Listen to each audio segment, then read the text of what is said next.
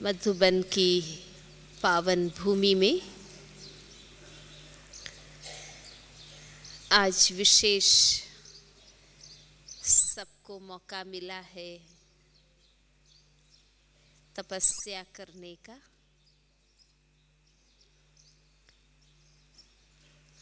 इस भूमि में जहाँ स्वयं साक्षात भगवान आते हैं और उनका बेहद का कार्य जहाँ चलता है, वहाँ याद में रहना सहज हो जाता है। पिछली मुरली में भी बाबा ने कहा था कि मधुबन का महत्व जो समझते हैं, मधुबन की दिनचर्या का महत्व जो रखते हैं, वे अपने को बहुत ही सहज और स्वतः योगी बना सकते हैं।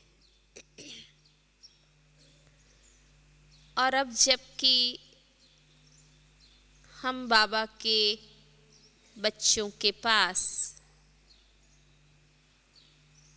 ज्ञान की पूरी ही गहराई आ चुकी है, क्योंकि प्यारे बाबा ने आदि मध्य अंत के आलोक और परलोक के सभी राज हम बच्चों को समझा दिए हैं। तो हम बच्चों की बुद्धि में भी ज्ञान का पूरा ही विस्तार और हर प्रकार की गहराई आ गई है। तो अब ज्ञान प्राप्त करने के बाद मुख्य पुरुषार्थ यही रहता है कि अब हमारा मन बाबा की याद में मग्न हो जाए। भक्ति में भी लोग मानते हैं कि कोई भी ज्ञान को प्राप्त करने के बाद मन परमात्मा में लगाना यही महत्वपूर्ण बात है। व्यक्ति के पास हजारों शास्त्रों का ज्ञान हो,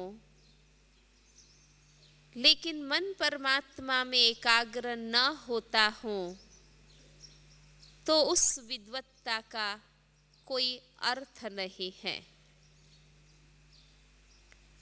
ऐसे हम अपने आप को भी चेक कर सकते हैं कि हमने ज्ञान के इतने विस्तार को प्राप्त किया, इतनी गहराई को हमने समझा, दूसरों को भी हम समझा सकते हैं, लेकिन ये सब कुछ हम इसलिए करते हैं कि ताकि हमारा मन बाबा की याद में मग्न हो जाए।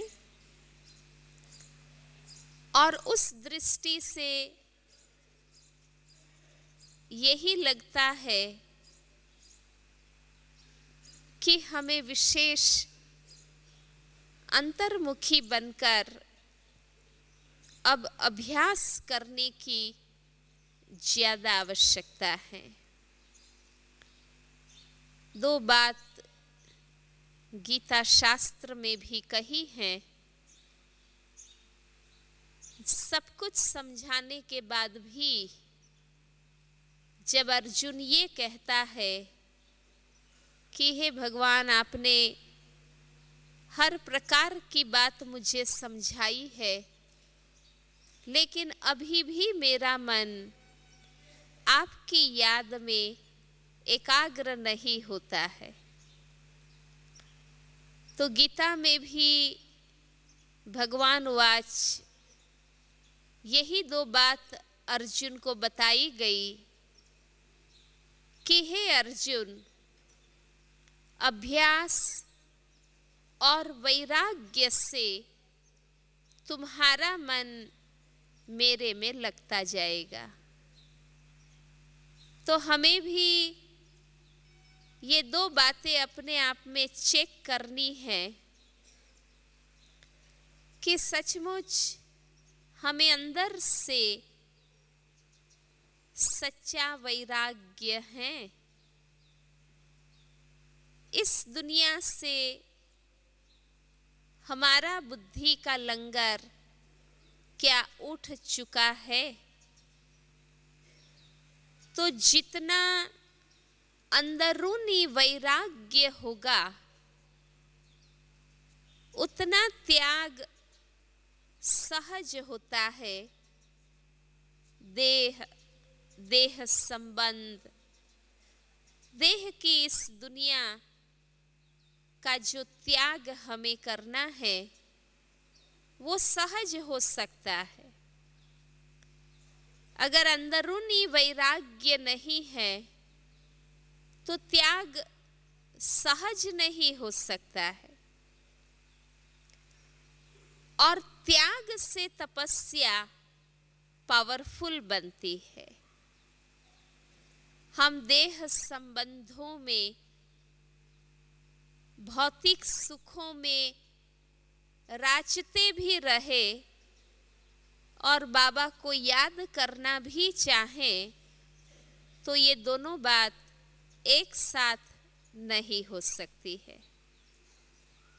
कल भी बाबा ने मुरली में कहा था, साकार मुरली में, आप सबको याद होगा, बाबा ने कहा था कि तुम बच्चे कदम कदम पर बाप की राय लेते रहो।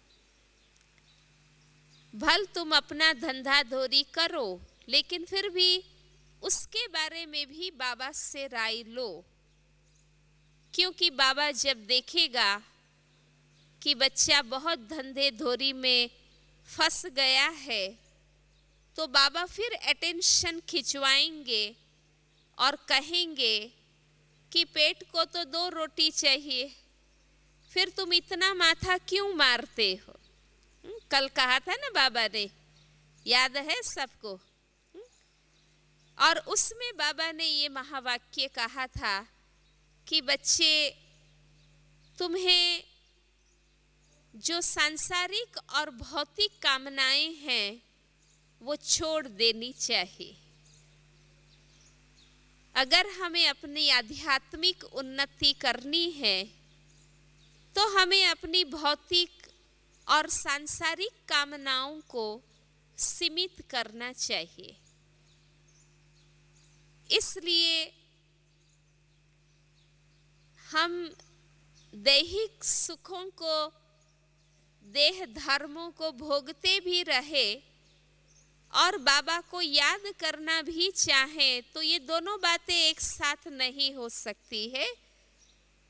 इसलिए वो त्याग करना अर्थात वहां से आसक्ति मिटाना, मन को उपराम करना, जो है दुनियावी रूप से संबंध की रीति से या साधन की रीति से, उनके प्रति अब हमारा निमित्त मात्र का भाव रहे और हमारा दिल से सर्वस्व का भाव बाबा के प्रति रहे, तभी हमारा योग सहज हो सकता है। इसलिए बेहद का वैराग्य, बेहद का वैराग्य बाबा इस अर्थ में कहते हैं कि कुछ समय के लिए, कुछ कारणों से, कुछ व्यक्तियों से हमें कभी कभी वैराग्य आता है। जब कभी हम आपस में टकराते हैं, दुख खाते हैं, धोखा खाते हैं, कोई बात से अनबन हो जाती है, तो हमारा मन वहां से हटने लगता है। लेकिन वास्तव में वो वैराग्य नहीं है। कहा जाता है कि दुख से संसार का त्याग नहीं हो सकता है, संसार का त्याग समझ से हो सकता है। क्योंकि अगर सुख मिलेगा तो फिर से वो मन संसार के प्रति अट्रैक्ट होगा। इसलिए हमें समझ पूर्वक अपने आप में वैराग्य लाना है। और वो कौन सी समझ अपने आप को हमें समझानी है, जो बाबा हमें रोज समझाते रहते हैं कि ये समय कौन सा है। और बाबा हम बच्चों से क्या चाहते हैं और हमने कौन सा लक्ष्य लेकर इस ज्ञान और योग के मार्ग को जीवन के लिए अपनाया था, ये सारी बातें हम मन ही मन सोचें, रियलाइज करें और उसके सामने हमें कौन मिला है, क्या क्या मिला है और कितने ऊंचे कार्य के लिए बाबा ने हमें निमित्त बनाया है, उस रियलाइजेशन में अगर हम अपने आप को रखते हैं तो हमें दुनिया की कोई भी बात आकर्षित नहीं कर सकती है। ना हमारी बुद्धि वहाँ डूब सकती है और ना ही हमारी आंखें वहाँ डूबेगी। मैं दुनिया की बात जो कह रही हूँ वो केवल कलियुगी दुनिया या लौकिक दुनिया की बात नहीं, लेकिन हम ब्राह्मण बच्चे जिस अलौकिक संसार में हैं, जिस अलौकिक परिवार में हैं, जिस अलौकिक सेवा के कार्य में हैं, वहाँ भी हमें अपनी स्थिति न्यारी और प्यारी रखनी है। क्योंकि मन का स्वभाव, आत्मा का नेचर कहीं भी अटैच होने का है। इसलिए ज्ञान मिलते ही दुनिया से हम डिटैच हो गए और इस ब्राह्मण परिवार में आ गए। लौकिक दुनियावी अनावश्यक प्रवृत्तियों से हम निकल गए और सेवा की प्रवृत्ति में आकर के जुड़ गए हैं। लेकिन कहीं ऐसा ना हो कि धीरे धीरे हम यहाँ अटैच होने लगे, क्योंकि जिसके संसर्ग में दिन रात हम आते हैं वहाँ धीरे धीरे मन घर बनाने लगता है। इसलिए हमें यहाँ भी सावधान रहना है कि मैं जहाँ हूँ, जिस स्थान पर हूँ, जिस सेवा के लिए हूँ और जिसके साथ मैं हूँ, मुझे उन सबके बीच में रहते हुए भी न्यारा रहना है।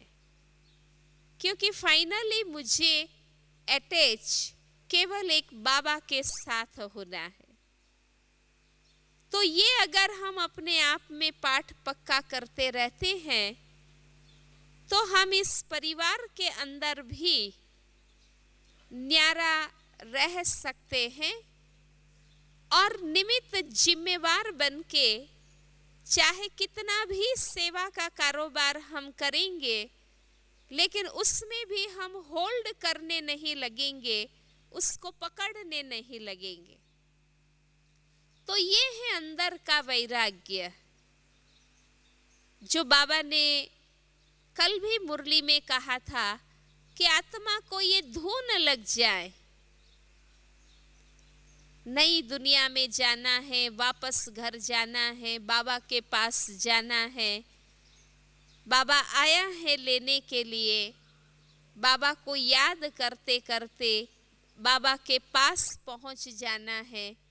कल कितनी बार बाबा ने मुरली में ये सारी बातें हम बच्चों को याद कराई थी, और कितना सहज उपाय हम बच्चों को बताया था कि शिव बाबा के साथ अगर हमारी सच्ची मोहब्बत है तो बाबा हमें अपने साथ घर ले जाएंगे। एक प्यार, एक बाबा से सच्ची मोहब्बत आवश्यक है जो हमें अपने लक्ष्य पर पहुंचा देगी। तो बाबा से जितना प्यार होता है उतना स्वाभाविक हम और बातों से न्यारे होते जाते हैं। तो वो है बेहद का वैराग्य। और दूसरी बात जो कही है कि अभ्यास, प्रैक्टिस, क्योंकि मन को एजुकेट करना जरूरी है। आज मैं कहूं कि मुझे बाबा से बहुत प्यार है, लेकिन मुझे शांति से बैठकर बाबा को याद करने की फुर्सत नहीं है, तो उससे प्यार नहीं कहा जाएगा, है ना। अगर प्यार है तो हमें बाबा के लिए समय भी देना चाहिए। बहुत प्यार है, लेकिन हम कुछ समय निकाल कर बैठकर शांति से अभ्यास ही नहीं करते हैं, तो हम अपनी कॉन्शियसनेस को चेंज कैसे कर सकेंगे। इसलिए एक है क्वांटिटी ऑफ योग, काफी समय तक का योग, लंबे समय का अभ्यास हमें बहुत जरूरी। कई बार हम सिर्फ 2 मिनट आते हैं, योग करते हैं और चले जाते हैं। बेशक ये हमारा प्यार है, लेकिन अगर हमारा लक्ष्य है योगी बनना, तो हमें विशेष समय निकालकर अभ्यास करना ये बहुत जरूरी है। इसलिए क्वांटिटी ऑफ योग और उसके साथ क्वालिटी ऑफ योग ये भी जरूरी है कि जब भी हम अभ्यास करने बैठे तो दिल से अभ्यास करें, सिर्फ निमित्त मात्र नहीं बैठे, प्रोग्राम के हिसाब से नहीं बैठे, सब बैठे हैं इसलिए नहीं बैठे, नियम बनाया है इसलिए नहीं बैठे। लेकिन जब बैठ ही रहे हैं, इतना इम्पोर्टेंस हम समझ ही रहे हैं कि हमें बैठना चाहिए, तो क्यों नहीं हम दिल से बैठे और सब तरफ से अपने आप को समेट कर और अपने मन को पूरा प्रिपेयर करके बाबा के प्यार से भर के क्यों नहीं हम बैठे। तो जितना हम अभ्यास करते हैं, हमारी एकाग्रता बढ़ती जाती है, मन अभ्यस्त हो जाता है सेकंड में समेटने के लिए। तो उस हिसाब से दादी जी ने आज हम सबको ये मौका दिया है कि हम विशेष आज अपने आप से बैठें और बाबा के साथ बैठे। आपस में मिलना, मधुबन देखना, ये सब हम हर बार करते हैं और वो जरूरी भी है, उसका अपना आनंद है। लेकिन सबसे न्यारा होकर अपने आप में बैठना, उसका आनंद भी अपना ही है और वो आज हमें अनुभव करना है। तो मैं समझती हूँ कि आप सभी भाई बहनें आज मानसिक रूप से तैयार होकर बैठे हैं कि हमें अब मन से कहीं और नहीं जाना है, मुझे अपने स्वरूप में रहना है और बाबा से दिल की बातें करनी है। कहीं हमारे जीवन का ऐसा नहीं हो जाना चाहिए जैसे लौकिक में होता है कि नए नए जब शादी करते हैं तो पति पत्नी आपस में बहुत प्रेम रखते हैं, आपस में ही बैठते हैं, मिलते हैं, खाते हैं, घूमते हैं। लेकिन जैसे जैसे उनकी गृहस्थी बढ़ती जाती है, उनका काफ़ी समय उनके बच्चों और गृहस्थी के प्रति चला जाता है। बहुत कम समय उन दोनों को बैठकर बात करने का मिलता है। तो हम बच्चों का भी कभी कभी ऐसा होता है। शुरू में तो हम एक बाबा की लगन से ही बाबा के बनते हैं, लेकिन जैसे जैसे हम सेवा करते हैं, आप समान बनाते हैं, ब्राह्मण परिवार बढ़ता है, सेवा की जिम्मेवारियां लेते हैं, तो फिर हमारा बाबा से कम हो जाता है और बाबा के बच्चों से ज़्यादा हो जाता है। इसलिए ये लक्ष्य हमें सदा पक्के करते रहना है कि मुझे इस अलौकिक जीवन में गृहस्थी नहीं बनना है। वो गृहस्थी सेवा की हो, ब्राह्मण परिवार की हो या लौकिक हो, लेकिन मेरा लक्ष्य योगी बनने का है। इसलिए इन सब में रहते हुए भी मुझे वो समय ज़रूर निकालना है जो मैं शांति से बाबा के साथ बैठकर प्यार से बात कर सकूं। और ये आप सबका अनुभव होगा कि जब हम सचमुच शांति से बैठते हैं और बाबा के पास जाते हैं तो आत्मा आनंद स्वरूप होकर बाबा के पास से लौटती है। वो याद हमें रिफ्रेश कर देती है, एनर्जेटिक बना देती है। इसलिए अपने को सब तरफ से समेट कर बैठना और दिल के सच्चे प्यार से बाबा के साथ बात करना ये बहुत ज़रूरी है।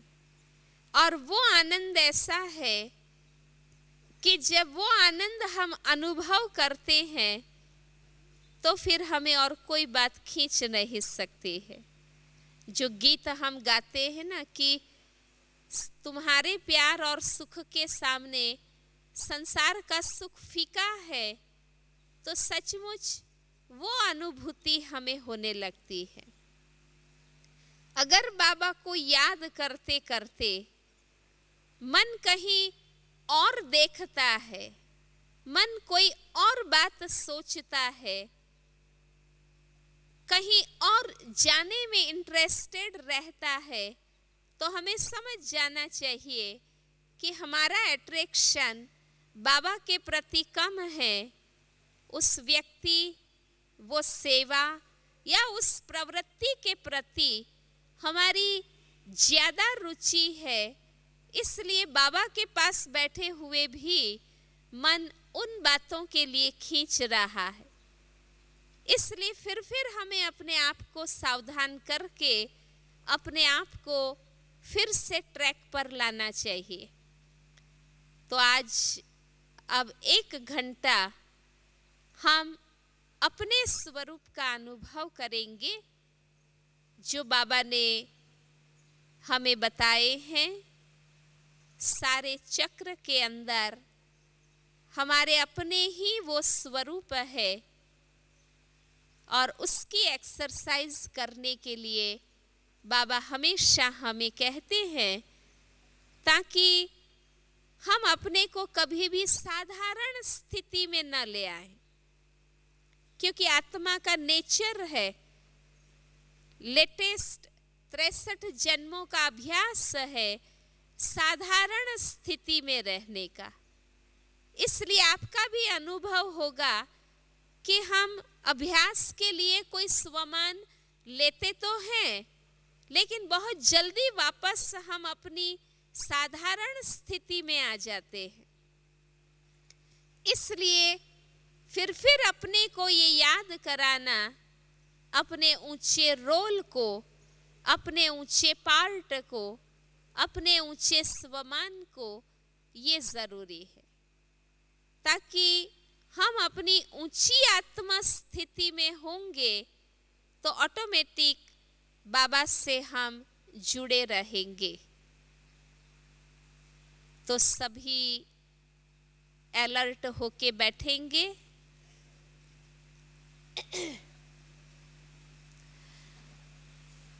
एक दो से थोड़ा खुल करके बैठे, डिटैच होके, कोई भी एक दो को टच नहीं करे। काफी जगह है, आप पीछे हट सकते हैं, खुले खुले होकर के बैठे।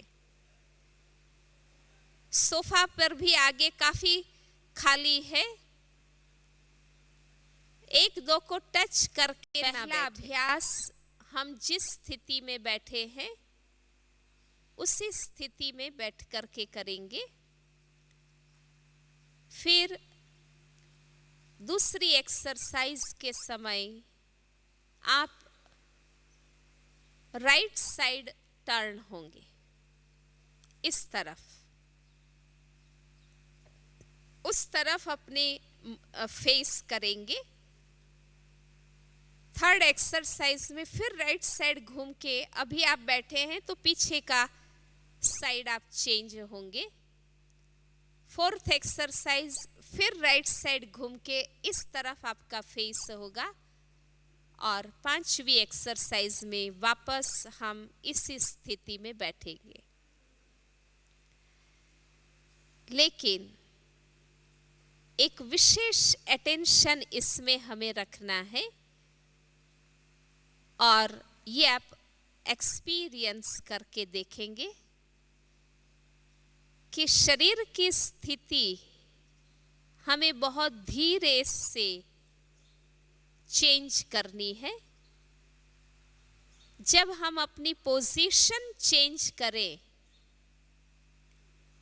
तो हमें अपनी योग की स्थिति से नीचे नहीं आना है। कई बार क्या होता है कि शरीर की हलचल के साथ हम मन को भी हलचल में ले आते, लेकिन वास्तव में ये आप प्रैक्टिस करो कि शरीर की पोजीशन बदलते हुए भी मन की स्थिति हम अचल रखें। शरीर से हम फास्ट चल रहे हों, लेकिन मन साइलेंस की स्थिति में हो।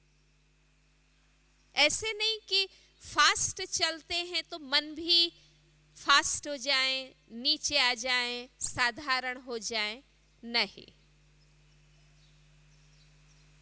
योगी माना ये नहीं कि धीरे चले, आवश्यकता के अनुसार हमें फास्ट भी चलना पड़ता है, लेकिन मन वही साइलेंस की स्थिति में हो।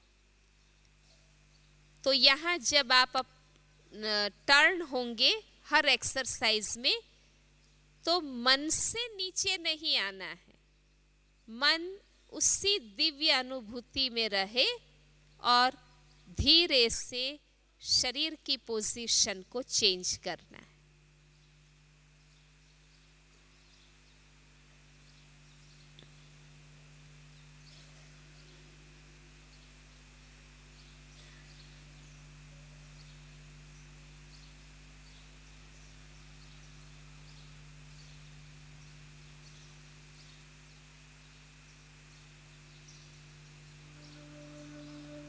आसपास के वातावरण से और व्यक्तियों से न्यारे हो जाएं।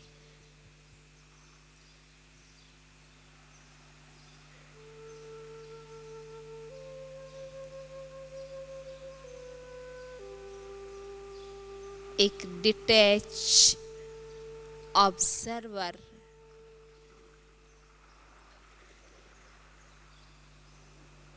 साक्षी दृष्टा की स्थिति में स्थित हो जाए।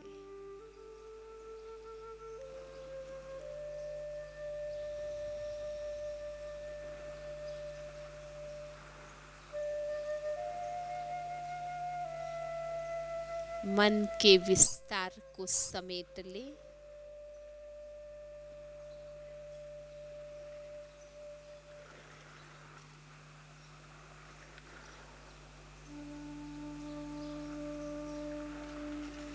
देह भान से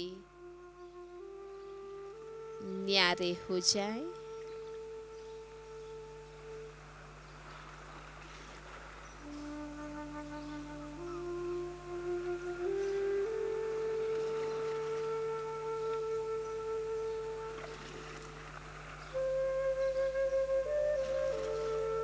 अंतर्मुखी बनकर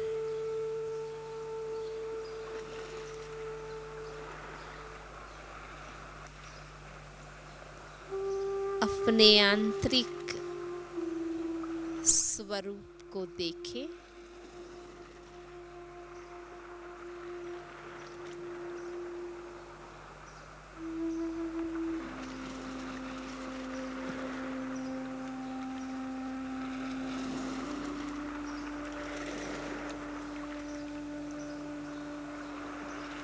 अपने अनादि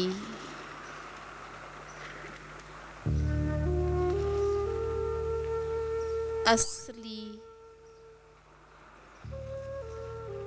आत्म स्वरूप में स्थित हो जाए।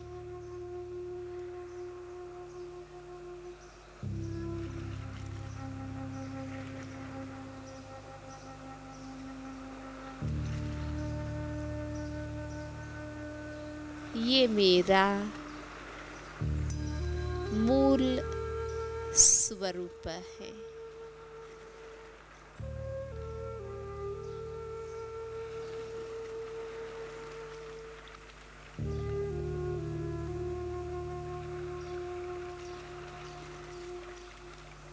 अति सूक्ष्म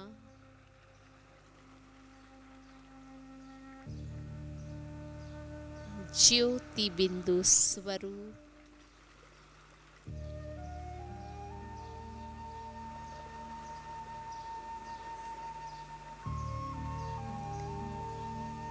चैतन्य आत्म स्वरूप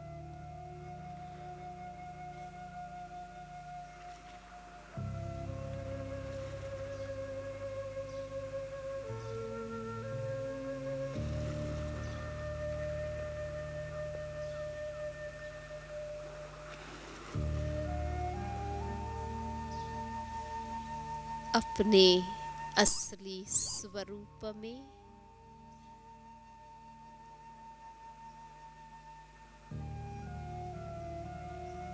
मैं शुद्ध और शांत स्वरूप आत्मा हूँ।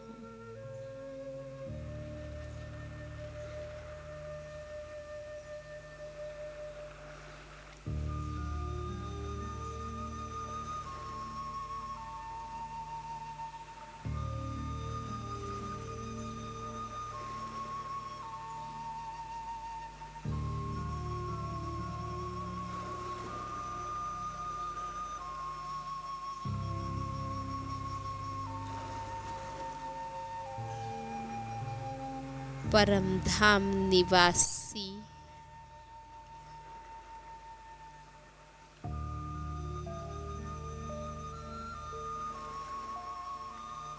अशरीरी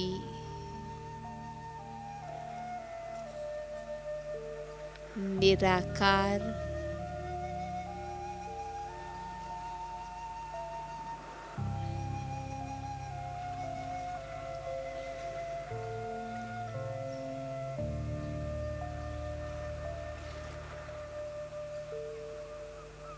विदेही आत्मा हूँ।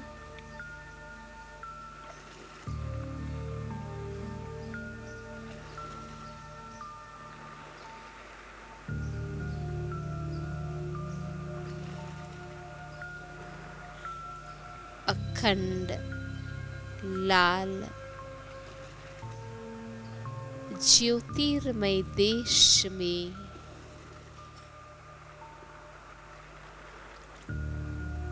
मैं ज्योति बिंदु आत्मा हूँ।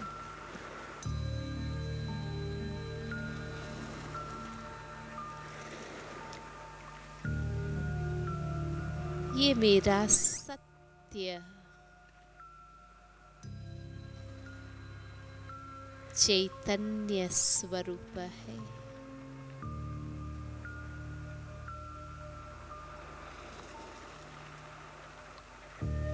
अविनाशी शाश्वत स्वरूप है।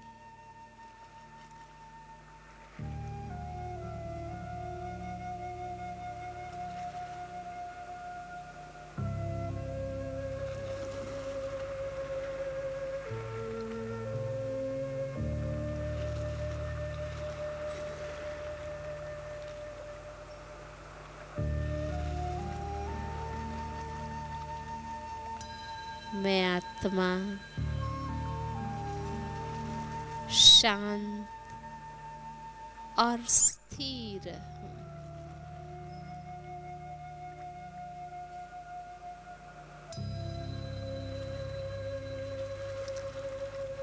शुद्ध और पवित्र हूँ।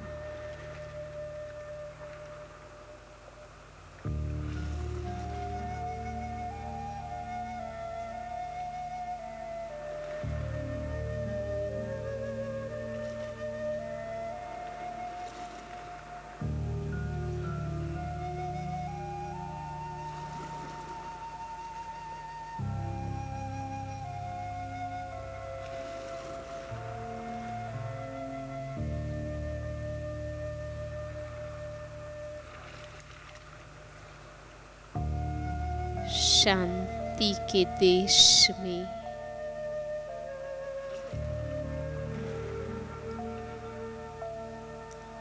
शांति की स्थिति में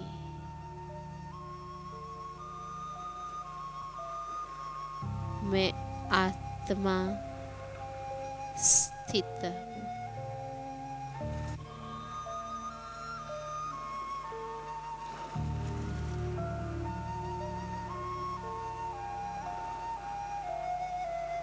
एक चैतन्य सितारा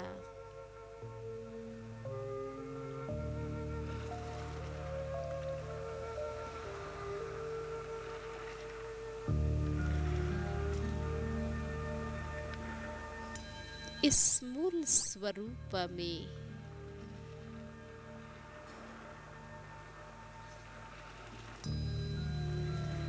मैं सर्व गुण और शक्तियों से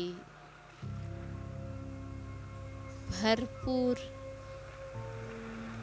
बीज के समान हूँ।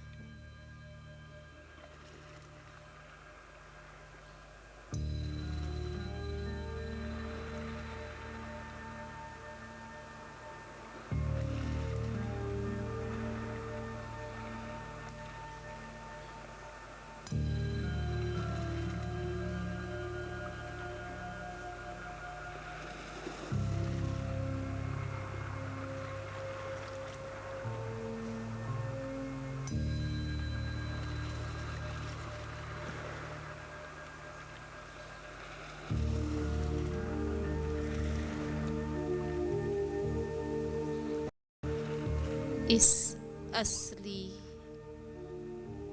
स्थिति के साथ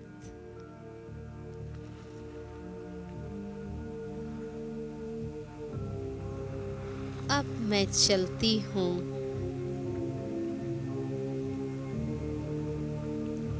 सृष्टि चक्र में अपना रोल प्ले करने।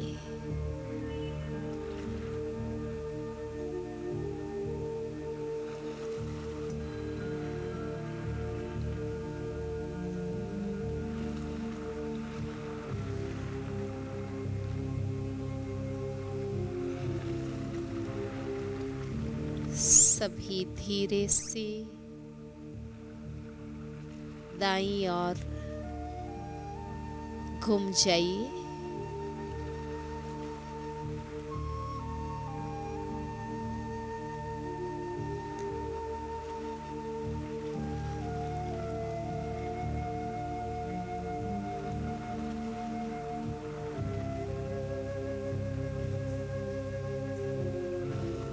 मैं अपनी असली स्थिति के साथ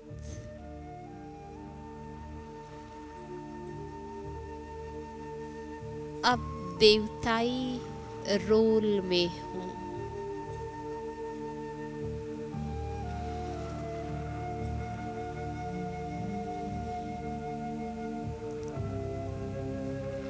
ये है मेरा सतयुगी दिव्य स्वरूप।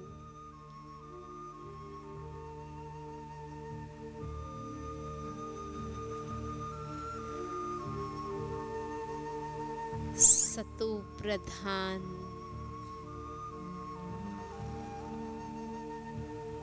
संपूर्ण स्वरूप।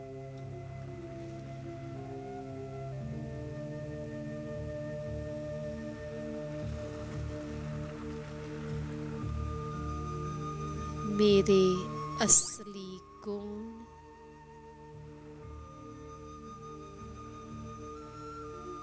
अब दिव्य गुण बनकर जीवन में प्रकट हुए हैं।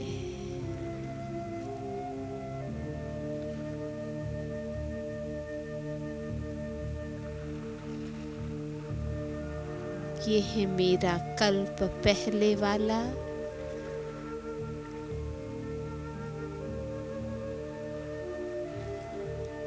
प्रख्यात देवताई स्वरूप।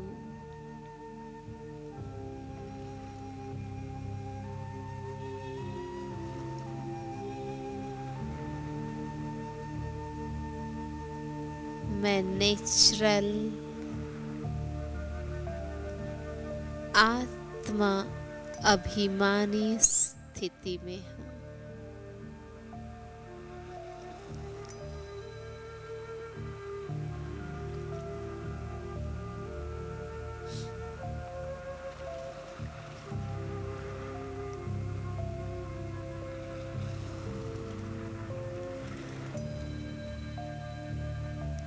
अपार वैभवों के बीच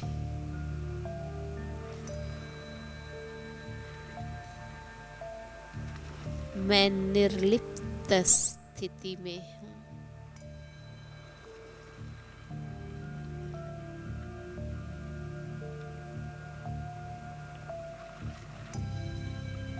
मेरी हर कर्मेंद्रिय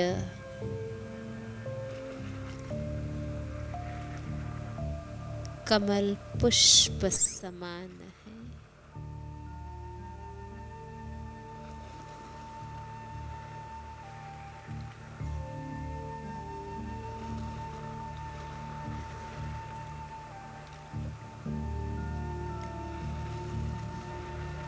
शरीर लेते हुए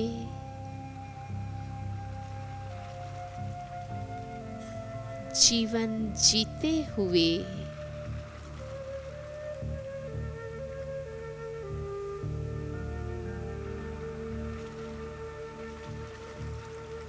शरीर छोड़ते हुए मेरा सुख अखंड है।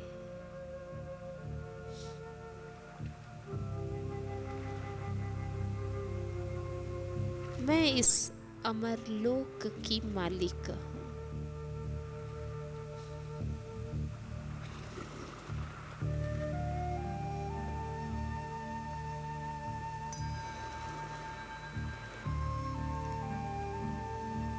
प्रकृति जीत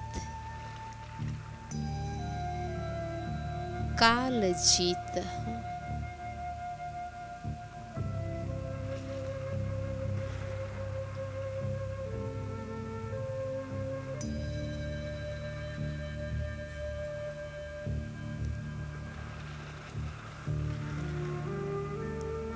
अपार वैभवों के बीच इच्छा मात्रम अविद्या की स्थिति है।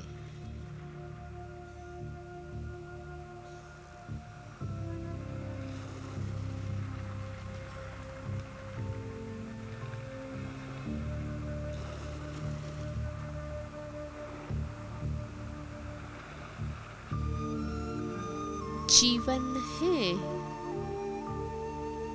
संबंध है, कर्म है,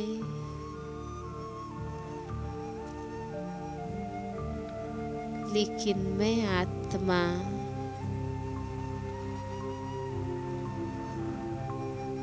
जीवन मुक्त स्थिति में।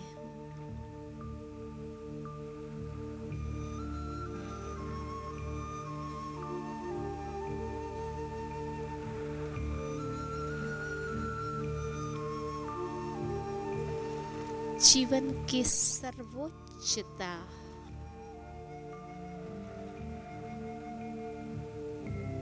और संपन्नता का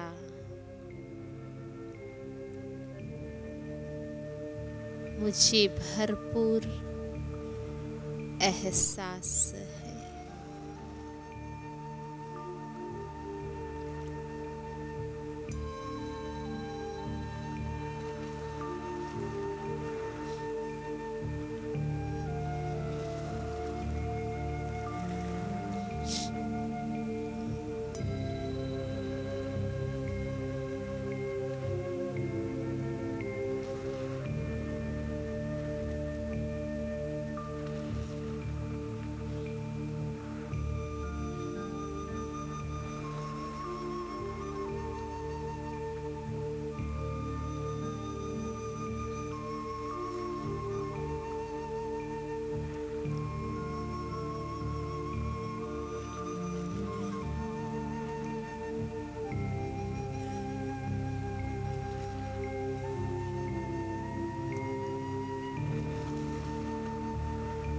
अप्राप्त नहीं कोई वस्तु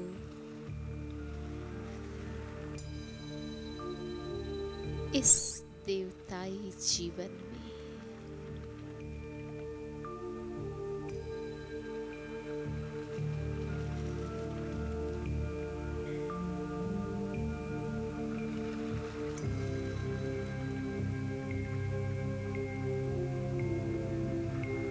मैं अपनी धर्म श्रेष्ठ, कर्म श्रेष्ठ स्थिति में हूँ।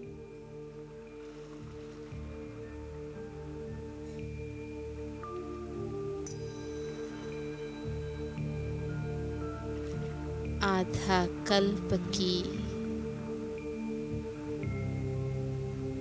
ये मेरी देवताई प्रारब्ध है।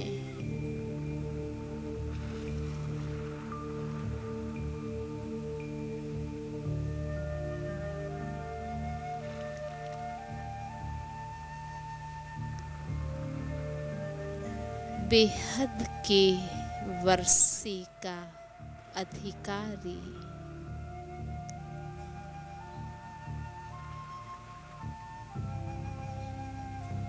विश्व का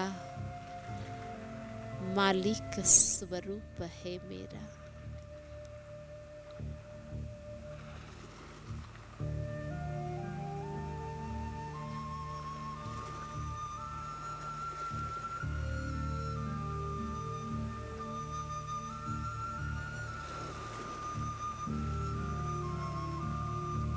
मैं इस दिव्य लोक को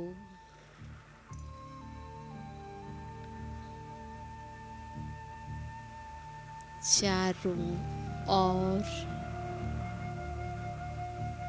निहार रही हूँ।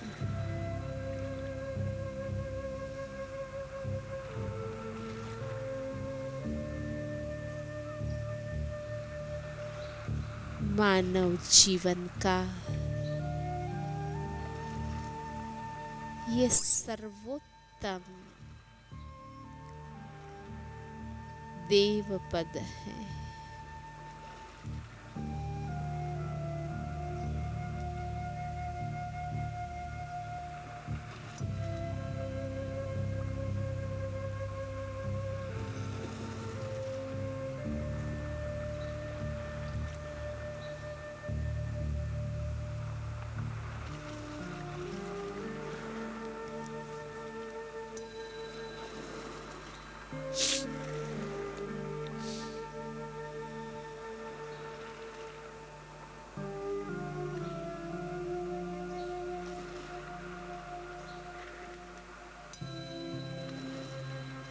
इसी देवताई स्वरूप का यादगार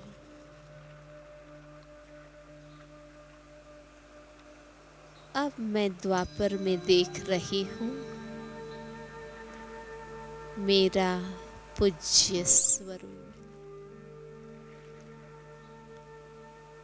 राइट साइड घूम जाइए।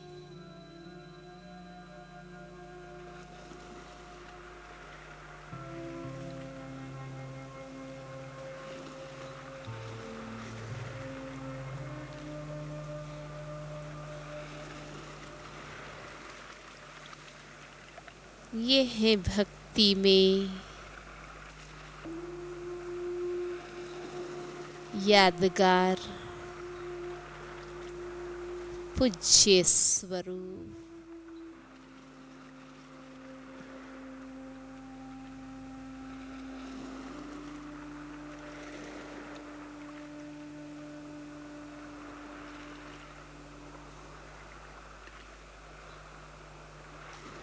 भक्तों की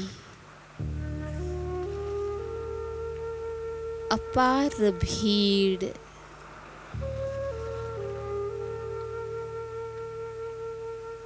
एक सेकंड के दर्शन के लिए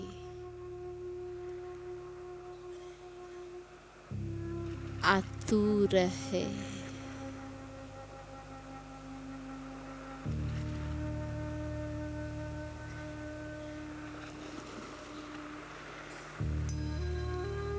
मेरा यादगार पूज्य स्वरूप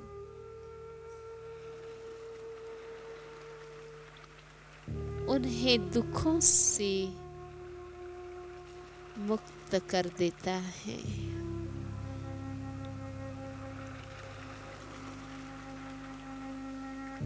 एक सेकंड की झलक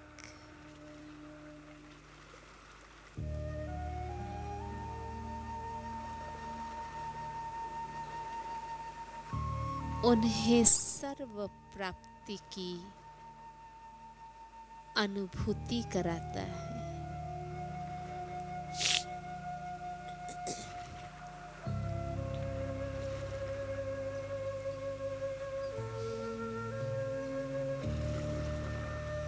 यही वो समय है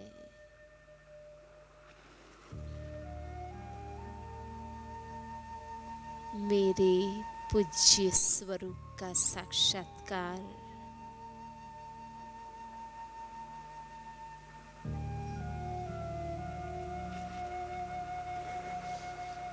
उनकी मनोकामनाओं को पूर्ण करता है।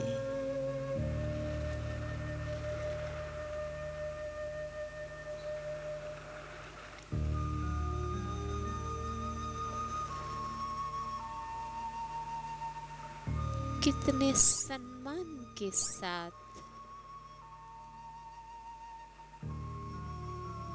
विधि पूर्वक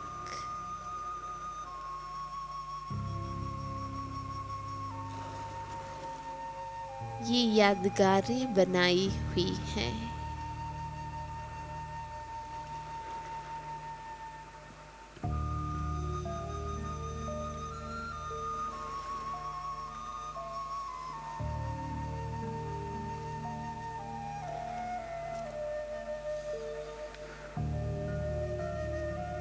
ये मेरा ही तो यादगार है।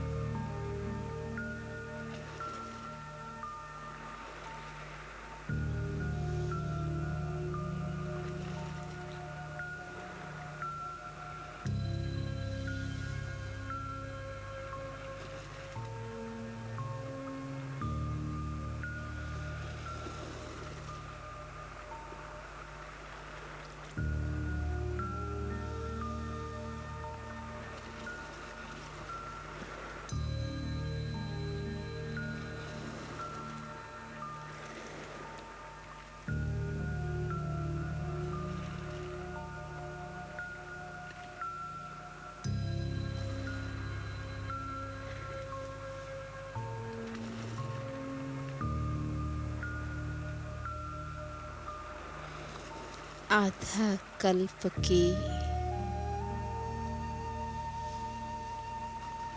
निर्विघ्न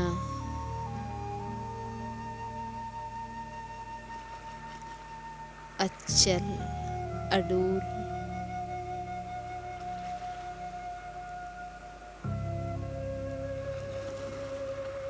दिव्य स्वरूप की ये यादगार प्रतिमाएं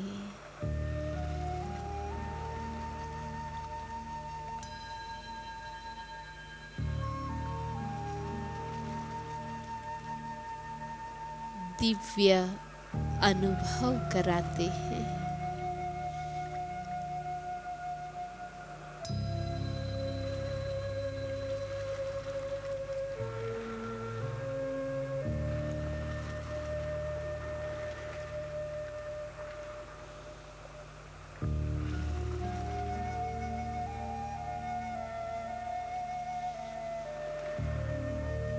इन पूज्य स्वरूप की यादगारें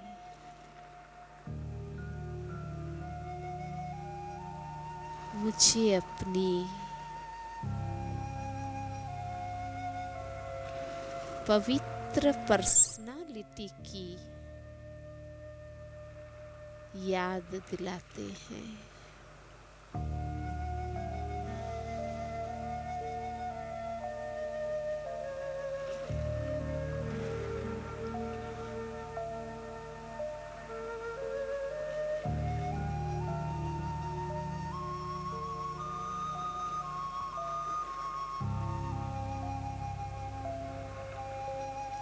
मैं इन यादगारों की तरह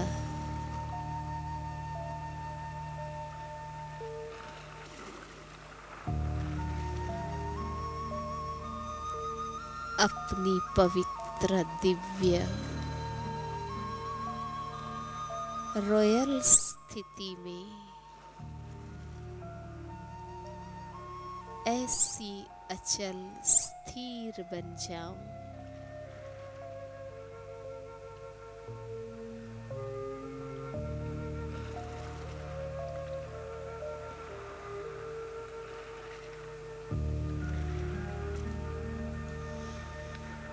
साक्षात्कार मूर्त बन जाऊं।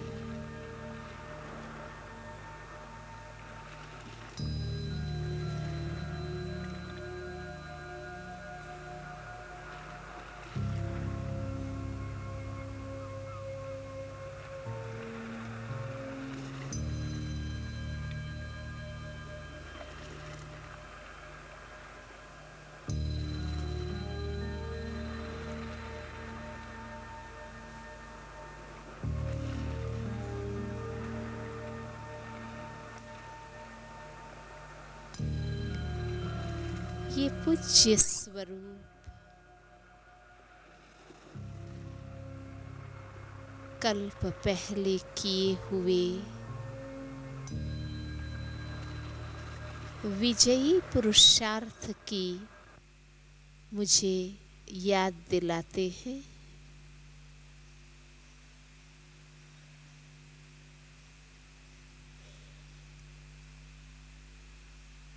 ये मेरा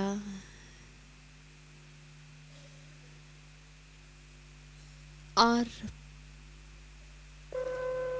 विश्व के दैवी पूर्वजों का यादगार स्वरूप है।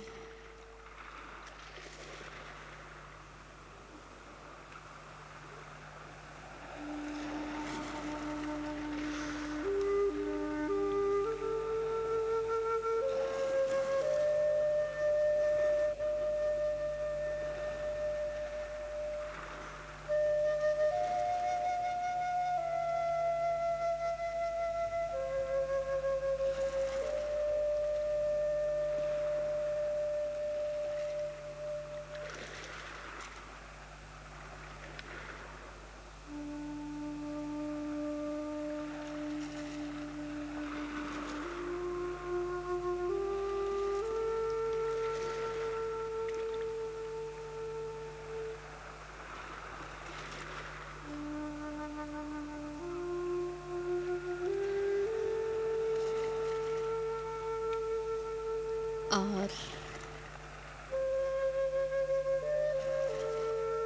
अब ये है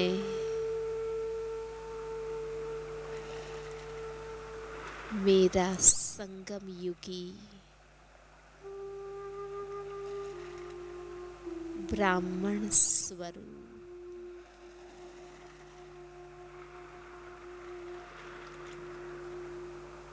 धीरे से घूम जाइए।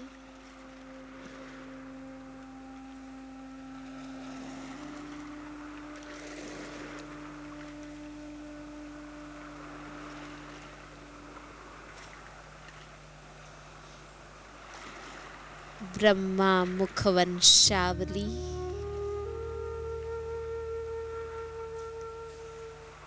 सर्वोत्तम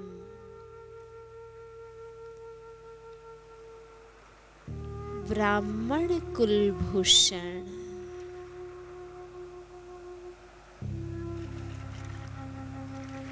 स्वयं भगवान ने ब्रह्मा मुख से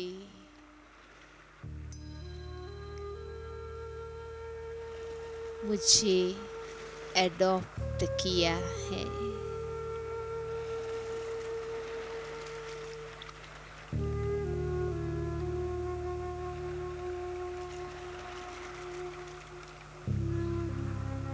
सारे चक्र में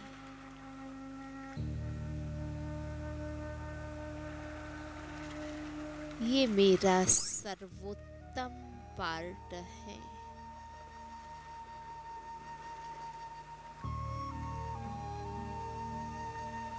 ये मेरा अलौकिक मर्जी व जन्म है।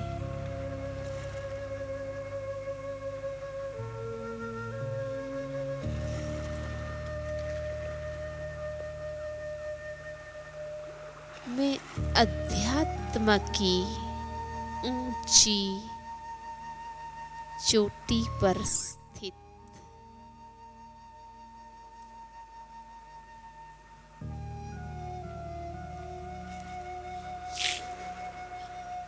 उच्च कोटि की ब्राह्मण आत्मा हूँ।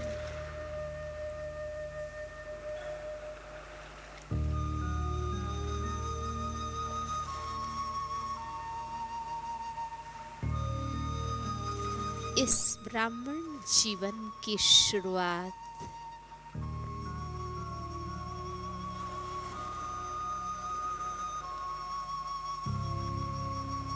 ब्रह्मचारी बनने से है।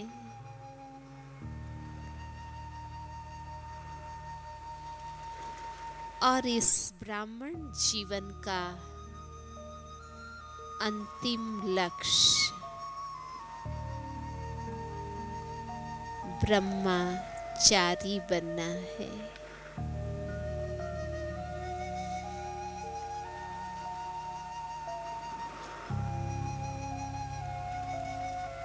आत्मस्मृति का तिलक मुझे लगा हुआ है।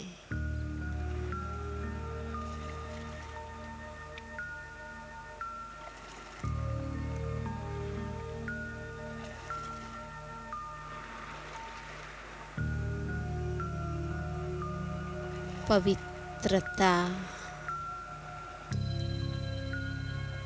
कमल पुष्प मेरा आसन है।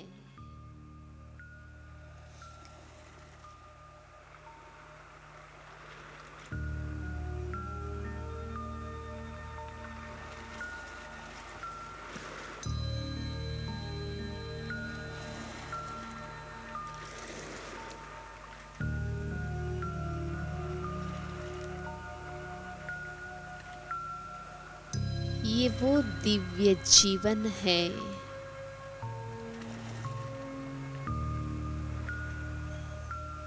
जहाँ मन सदा शिव बाबा की महिमा गाता है।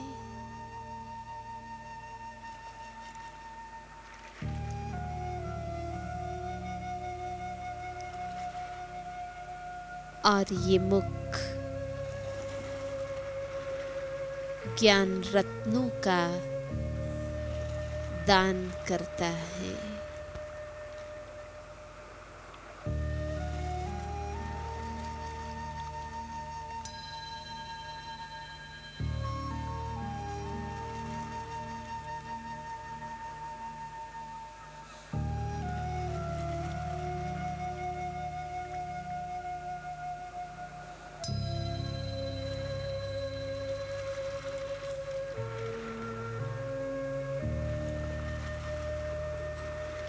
ये मेरा विश्व कल्याण के लिए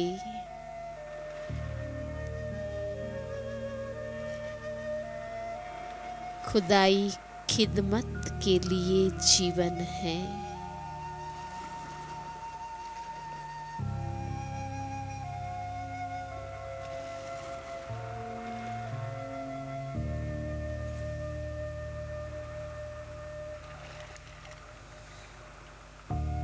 मैं ब्रह्मा की भुजा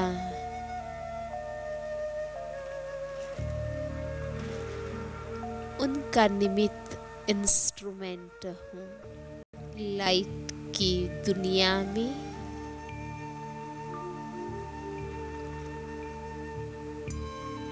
लाइट के कार्ब में हूँ।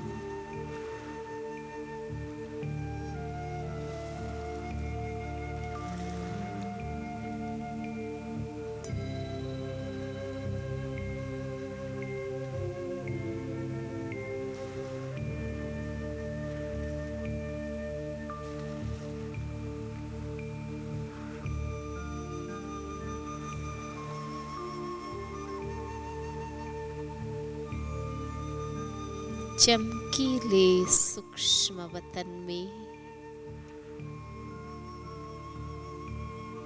चमकीली फरिश्ता ड्रेस में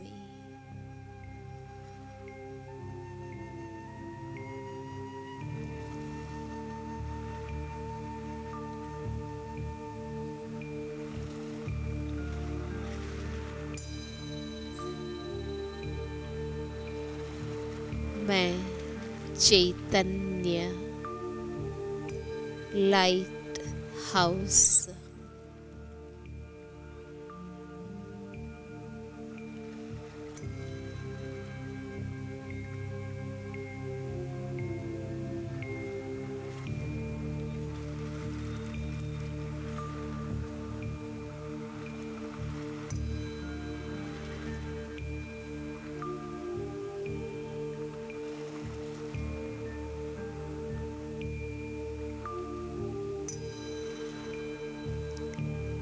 अव्यक्त वतन में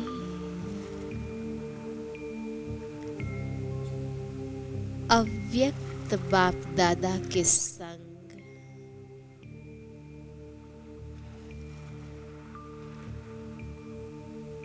अव्यक्त फरिश्तों की महफिल में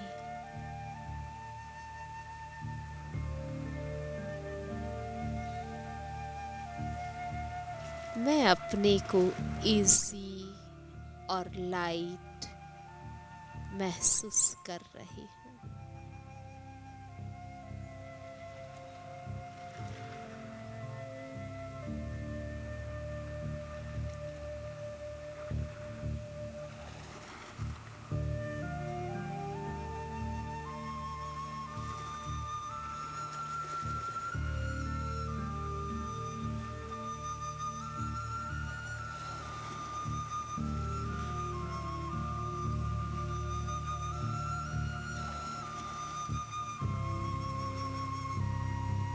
मैं वतन से ही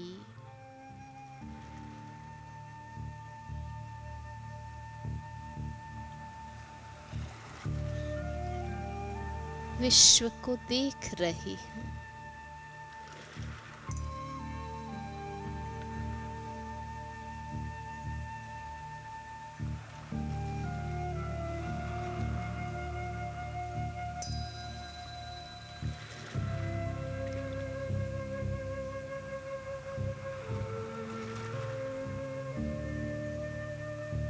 एक फरिश्ता होने के नाते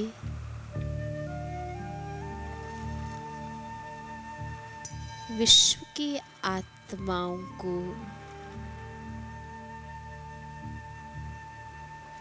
दुखों से मुक्त करना मेरा कर्तव्य है।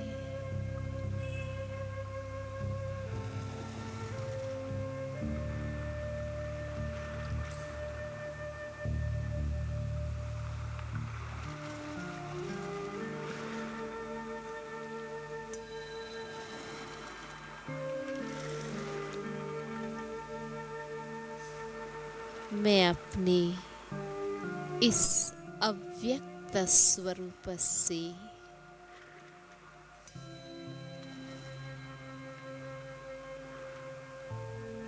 विश्व का भ्रमण कर रही हूँ।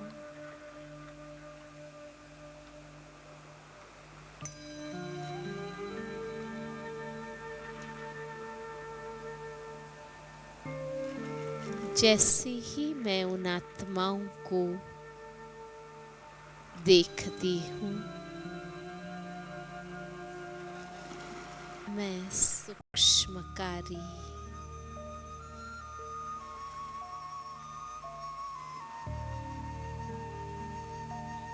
अव्यक्त फरिश्ता हूँ।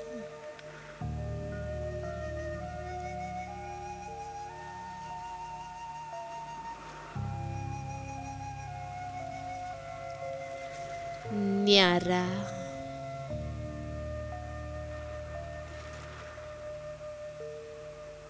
निर्लिप्त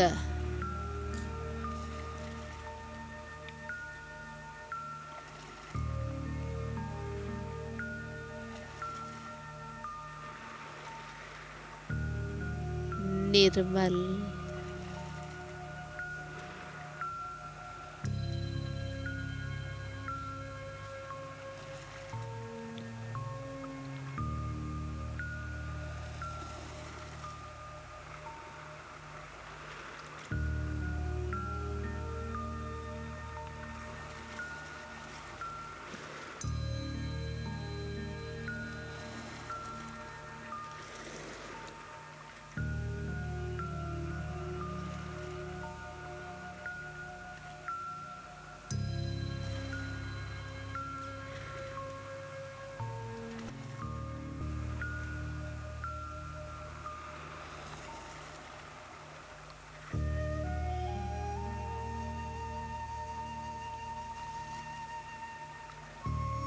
अब हमें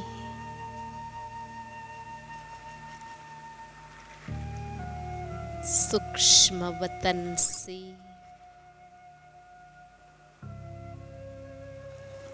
मूल वतन जाना है